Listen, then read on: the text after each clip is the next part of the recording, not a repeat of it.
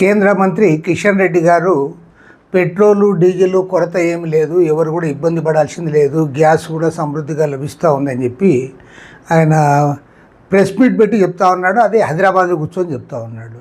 నిన్న సాయంత్రమే మేము జడ్చర్ల నుంచి హైదరాబాద్కి వచ్చే వరకు ఎక్కడ చూసినా సరే పెట్రోల్ బంకులు అన్నీ కూడా లైట్స్ కూడా ఆఫ్ చేసుకొని నో స్టాక్స్ బోర్డు పెట్టుకుని ఉంటే ఆయన మాత్రం సమృద్ధిగా లభిస్తూ ఉంది, పెట్రోల్ డీజిల్ కొరత లేదు, ఎవరికి ఎంత కావాల్సింటే అంత తీసుకొని పోండి, అంతేగాని మీరు ఇబ్బంది పడొద్దండి, పుకార్లు నమ్మొద్దండి అని చెప్తా ఉన్నాడంటే మరి కిషన్ రెడ్డి గారు నిద్రపోతున్నాడా లేకపోతే నిద్ర నటిస్తున్నాడో ఒక్కసారి ప్రజలకు చెప్పాలి. ఎందుకంటే ఇంత అధ్వానంగా మీరు దాదాపు ఒక నెల 15 రోజులుగా గ్యాస్ దొరక్క చాలామంది ఇబ్బంది పడ్డారు. ముఖ్యంగా చాలామంది హోటల్ వాళ్ళైతే వాళ్ళు డబుల్ రేట్ పెట్టి వాళ్ళందరూ కూడా గ్యాస్ తెచ్చుకున్నారు. ఈవెన్ ఇళ్లలో కూడా ఇబ్బందులు పడుతూ ఉన్నారు. కొంతమంది ఆల్రెడీ పొయ్యిలే మార్చి పారేశారు.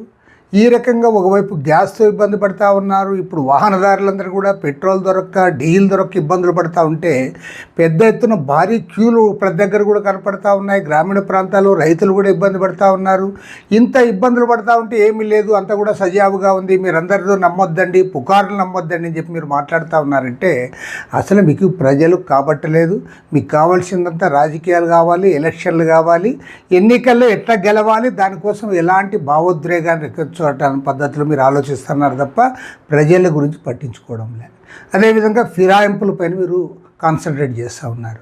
ఇవాళ ఈ సమస్య ఎందుకు వచ్చింది, ఎక్కడి నుంచి ఉంది, ఈ సమస్యను ఏ రకంగా పరిష్కారం చేయాలనేది చిత్తశుద్ధితో మీరు ప్రయత్నం చేయడం లేదు. కాబట్టి వాళ్ళ కమ్యూనిస్ట్ పార్టీ శ్రేణులన్నీ కూడా దీనికి ఉద్యమానికి శ్రీకారం చుడుతూ ఉన్నాయి.